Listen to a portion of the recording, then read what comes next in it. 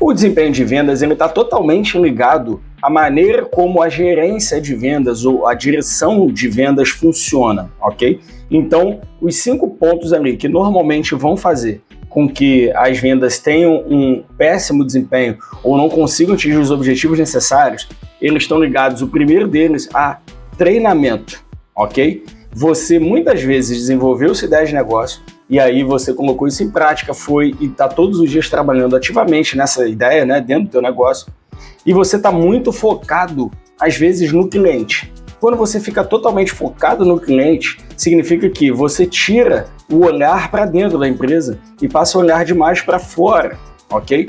Quando você passa a fazer isso, automaticamente, se você tem um time de venda, esse time começa a estar preocupado em como vai fazer para atender o cliente.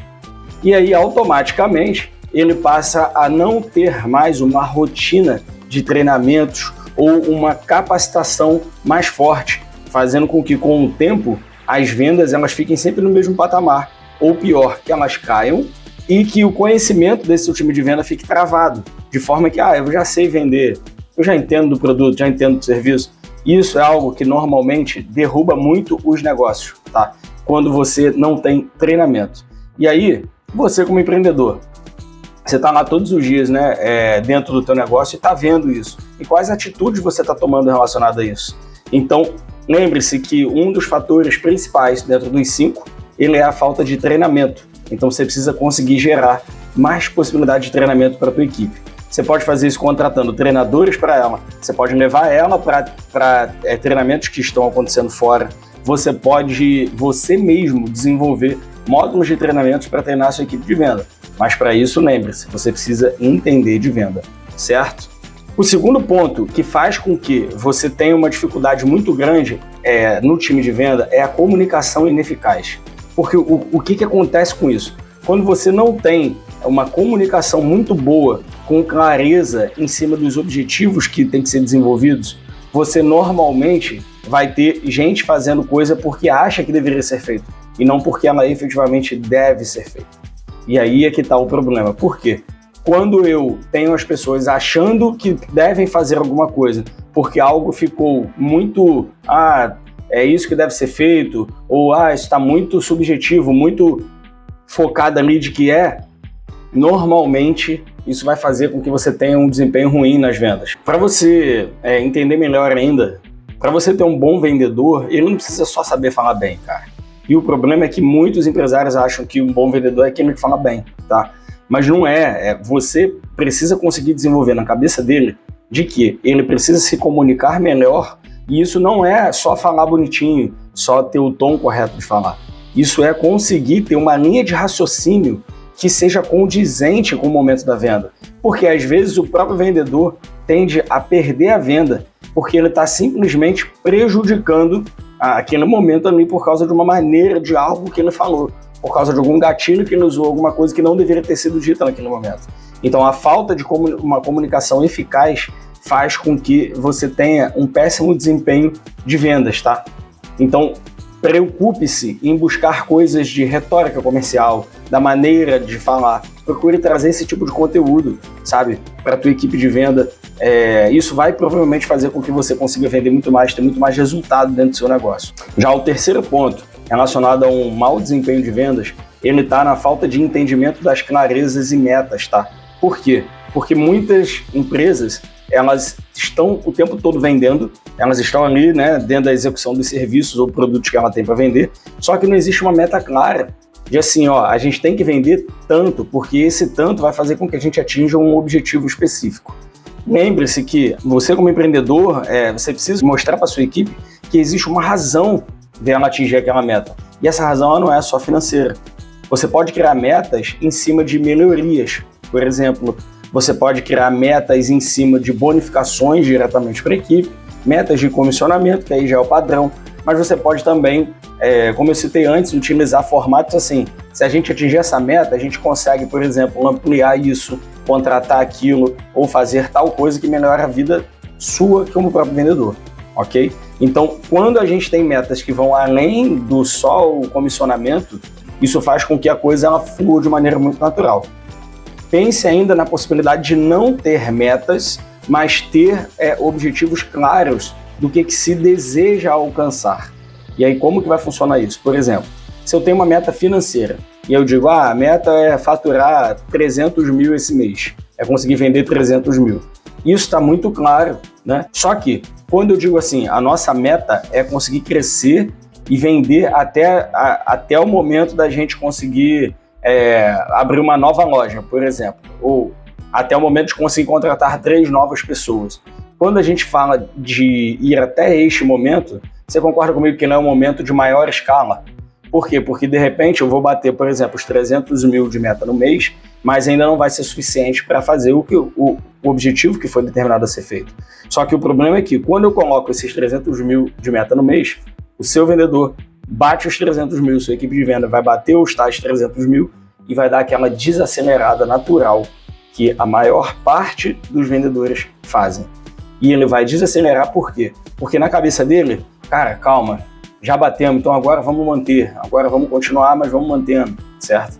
Então, quando eu tenho objetivos maiores, eu não paro até eu chegar nesse objetivo maior. E aí eu não estou dizendo para você que você tem que pegar e criar uma meta de, não, então se minha meta é 300, eu vou botar uma meta de 500, porque aí a equipe vai estar sempre na correria. Cara, não é isso. Porque aí você vai criar algo, de repente, que não é atingível. Eu estou falando aqui de metas que não sejam diretamente financeiras, mas sim de objetivo em comum, ok? E esse é um ponto. O outro ponto relacionado às metas que podem ajudar demais é você criar metas escalares através de bonificações. Então, eu quero trabalhar com bonificação financeira. Beleza. Então você vai dar, 5% de comissão nas vendas até o valor tal.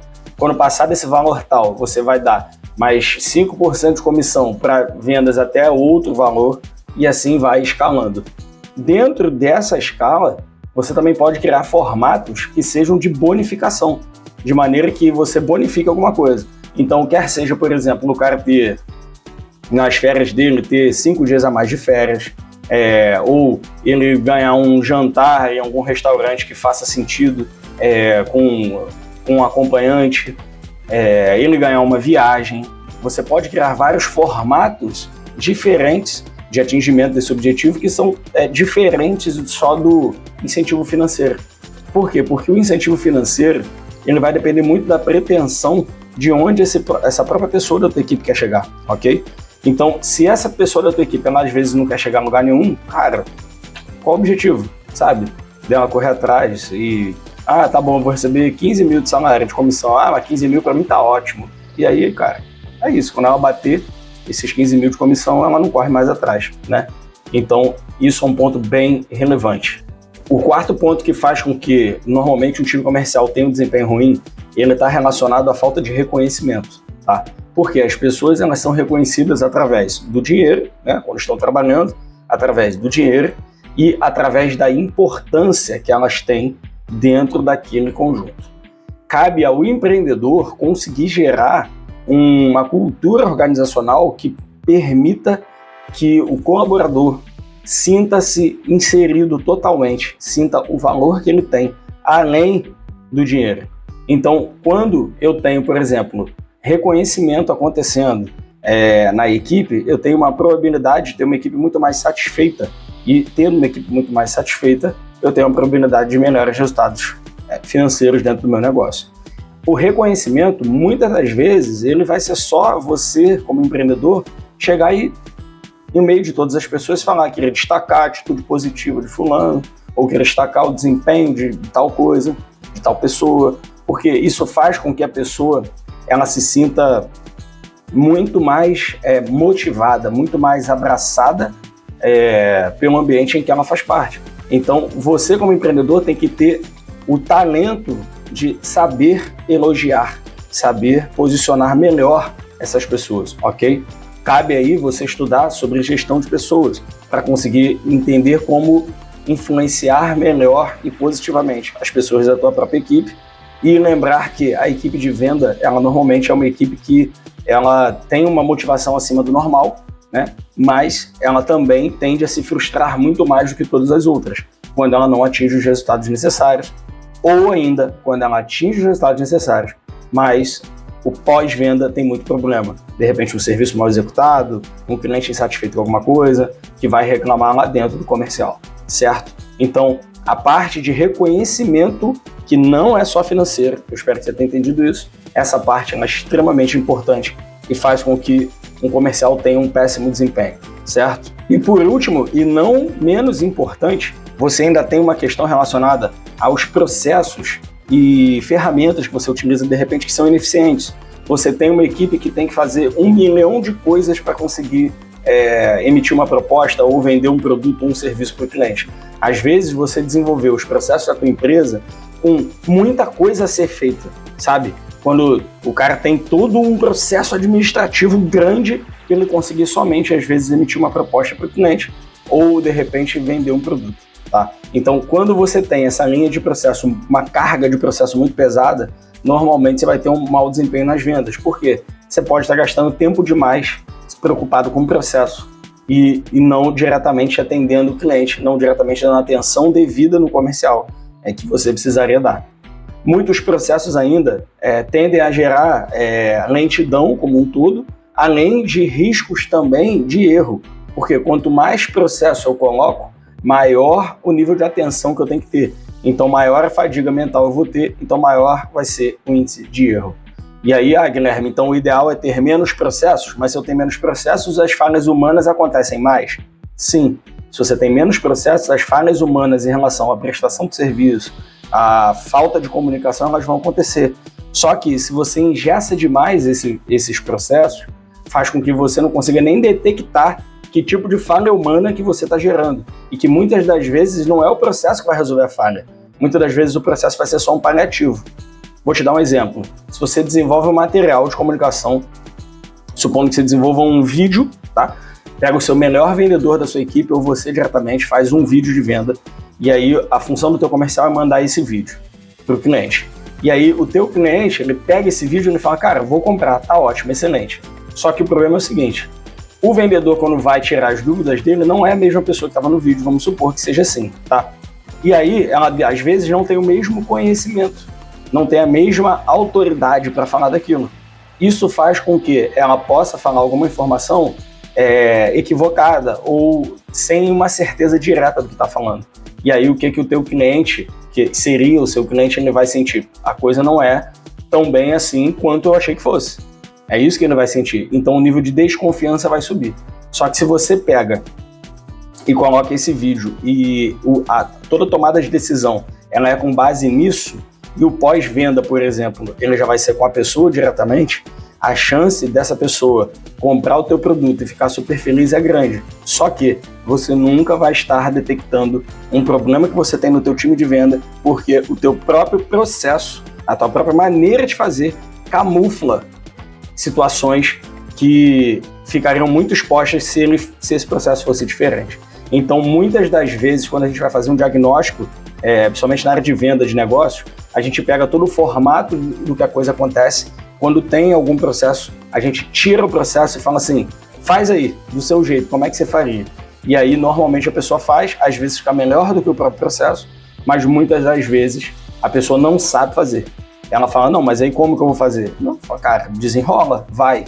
O comercial, ele deveria saber fazer isso. Ele deveria saber trabalhar independente de processos, certo? Mas, de qualquer forma, esses são os 5 passos para isso. E se você tem muita dúvida, muita dificuldade de gestão, não consegue entender por que os resultados da tua empresa não estão indo além, você está tendo alguma dificuldade sobre isso, dá uma olhada no link que a gente vai deixar aqui na descrição do vídeo, porque ele é do método ESA-ON, que é o método que resolve totalmente a sua vida, tá? E a gente pode ajudar dentro desse método lá. Dá uma olhadinha que tá lá na descrição e qualquer dúvida, manda nos comentários. Tamo junto, até o próximo vídeo.